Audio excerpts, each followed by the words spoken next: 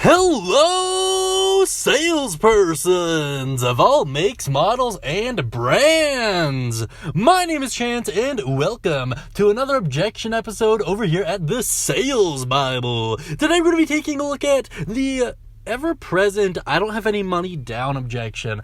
A lot of salespeople don't consider this an objection, but I'll let you know why you want to have money down. They're also known as zero-down customers, and I have no doubt that you've dealt with quite a few of these, even if you're new in the industry. So, in terms of why they have this objection, they just think they're broke, they don't think they have the money, and they don't see the point, and it's your job to educate them and find the money for them. There's a number of ways to do this, but before we get into the most prevalent one, I'm going to tell you what not to do.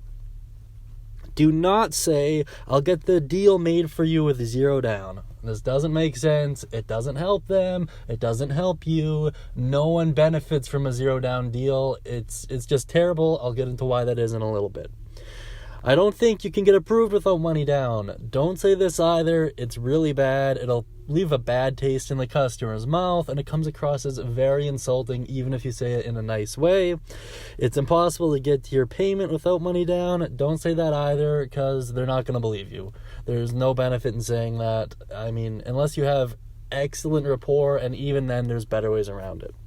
So let's get into what you should do. So typically this objection comes up during the financial needs analysis step, and it starts with you opening with how much money we're able to put down. You don't ask, do you want to put money down? Because there's no real benefit to asking it that way. And they reply with, I didn't actually want to put anything down. And then you respond with, okay, is there a reason why? There's a lot of benefits to putting money down. And that's where you hit him with the specific examples. The ones that I find work out best for most people is it lowers your cost of borrowing, it gets you a better approval, it can get you a better interest rate, and it'll get you to a lower payment way easier. After you go through the examples, assuming you explain it properly, they'll let you know why they don't want to put any money down, and the vast majority of people say, I just don't have the money. To which you respond with, I understand. You did mention that you were paying about $500 monthly right now, is that right? And they're like, that's right. Like, since you're entering into a new loan, you get to restructure your payment schedule out to 21 days. Since you're expecting that $500 to leave your account anyways, wouldn't it make sense to use that as money down? The vast majority of people agree with that, especially if you've hyped up money down to a point where they see the value in it. Every once in a while, you'll get a person who isn't making automotive payments already, in which case it can be a little bit trickier. There's a couple ways of doing it. You can basically have them put it on a credit card, or you can use cash back to pay off their credit card and use their next couple credit card payments as money down as well.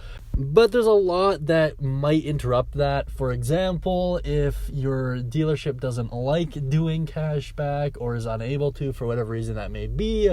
Also, if the amount they have owing on their credit cards is way too much for you to even offer them as cash back, that could be a problem as well, but it is an option nonetheless. In any case, if you have any ways to handle this objection, any creative approaches, word tricks, ideas, or questions, please put them down in the comment section beneath. I really do enjoy reading them, and I enjoy following up with all you guys. It's good, it's fun, and it keeps everyone engaged, which is nice. In any case, I hope you all have a wonderful day, and as always, happy selling, everyone.